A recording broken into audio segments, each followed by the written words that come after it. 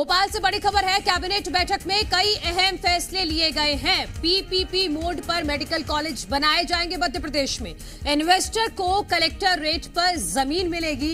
जिला अस्पताल भी पीपीपी मोड पर बनेंगे। सरकार ने इन्वेस्टर्स के सामने ये शर्त रखी है, अस्पताल के कर्मचारियों को सैलरी देगा इन्वेस्टर। ये खास तौर पर मुख्यमंत्री की तरफ से ये शर्त रखी गई है। 75% बेड गरीबों के लिए आरक्षित किए जाएंगे। जो भी अस्पताल बनेंगे 25% बेड इन्वेस्टर अपना इस्तेमाल कर सकेंगे।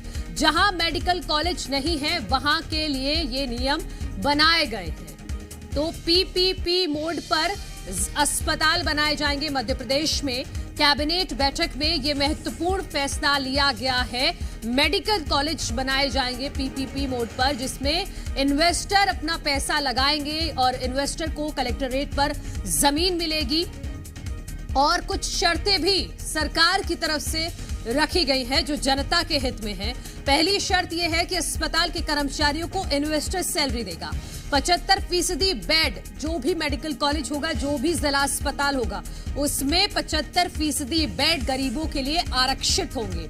25% बेड जो होंगे वो इन्वेस्टर इस्तेमाल कर सकेंगे। जहां मेडिकल कॉलेज नहीं है वहां के लिए बाकायदा मोहन सरकार की तरफ से ये नियम बनाया गया है।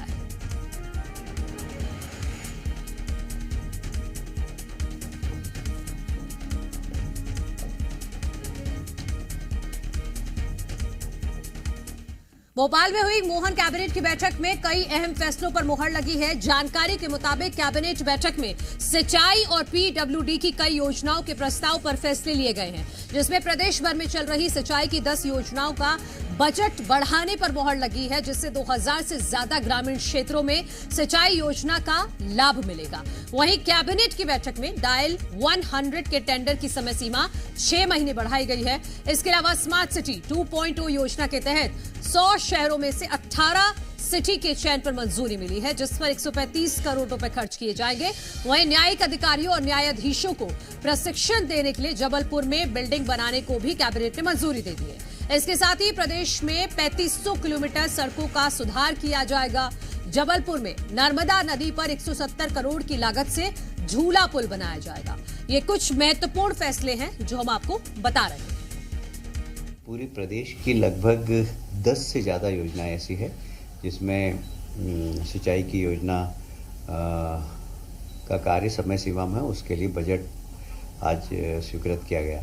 इसमें लगभग अंदाजन मैं बता रहा हूँ, लगभग 2000 से ज़्यादा ग्रामीण क्षेत्र में इस सिंचाई योजना का लाभ मिलने वाला है। एक भारत शासन के नगरीय विकास मंत्रालय ने 100 स्मार्ट सिटी की योजना 2018 में प्रारंभ की थी।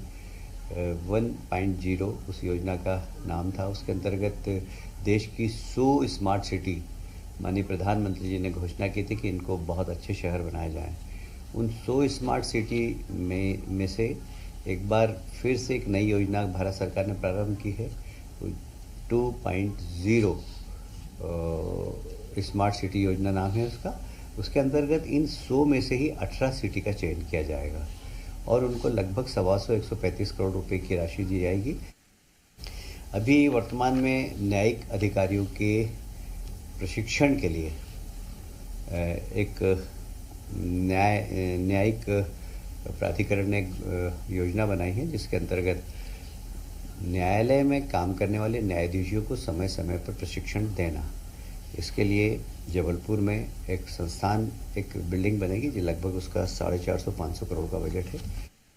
एक ये बहुत एक महत्वपूर्ण निर्णय लिया गया है कि प्रदेश के शासकीय महाविद्यालय में कार्यरत जो प्राध्यापक है उनको 6वें वेतनमान स्कीम के अनुरूप एजीपी रुपये 10,000 रुपये दिए जाने की घोषणा आज निर्णय लिया गया है।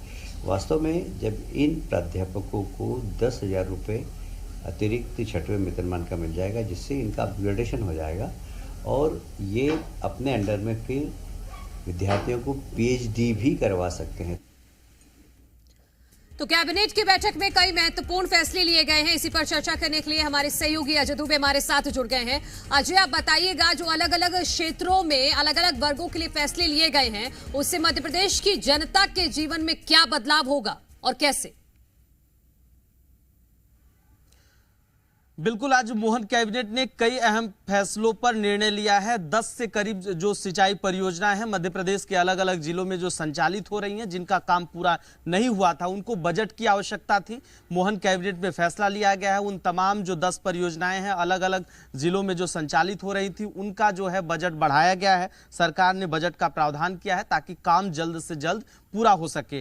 डायल 100 मध्य प्रदेश में पुलिस सेवा के तौर पर जब कभी आपातकालीन कोई फोन करता है, सुरक्षा की दृष्टि से डायल 100 का बहुत अच्छा मध्य प्रदेश में रेशियो है, 98% के करीब जो है सक्सेस रेट है। उसे देखते हुए सरकार ने उसे 6 महीने का वक्त और बढ़ा दिया है, टेंडर की प्रक्रिया को बढ़ा दिया है, क्योंकि अगर नया टेंडर होगा तो उसके लिए 6 महीने से ज्यादा का वक्त लगेगा और ऐसे में काम प्रभावित न हो, क्योंकि सुरक्षा की दृष्टि से इस वजह से 6 महीने का वक्त उसका बढ़ा दिया गया है। उसके साथ साथ रोडों के डेवलपमेंट को लेकर, विकास को लेकर मध्य प्रदेश में ट्रांसपोर्ट और रोड के क्षेत्र में गति मिले, इस वजह से जो है करीब 5,000 करोड़ की लागत से अलग अलग क्षेत्रों को रोड का डेवलपमेंट किया जाएगा। करीब 3,000 किलोमीटर जो है मध्य प्रदेश के अलग अलग जो रोड है जहां पर गड्ढे हैं उसमें जो है बदलाव किया जाएगा। उसके साथ साथ जो है जो शिक्षक है, महाविद्यालयों के प्राध्यापक हैं, वहां भी 10,000 रुपए की राशि उनकी बढ़ाई गई है, ताकि यानी कि शिक्षा के क्षेत्र में, स्वास्थ्य के क्षेत्र में लोगों को,